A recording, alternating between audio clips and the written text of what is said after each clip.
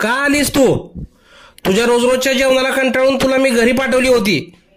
रोजच शिळं जेवण खाऊन खाऊन कंटाळलोय पूर्ण मी. अहो काय नाही हो, रात्री डोसे बनवले होते आणि ते शिळे राहिलेत आणि कोण खाईना पण झालेत, म्हणून तुमची आठवण आली म्हणून मी तुम्हाला घेऊन आली. आणि इकडं किती डोसे आहेत? डब्बा भरून आहेत.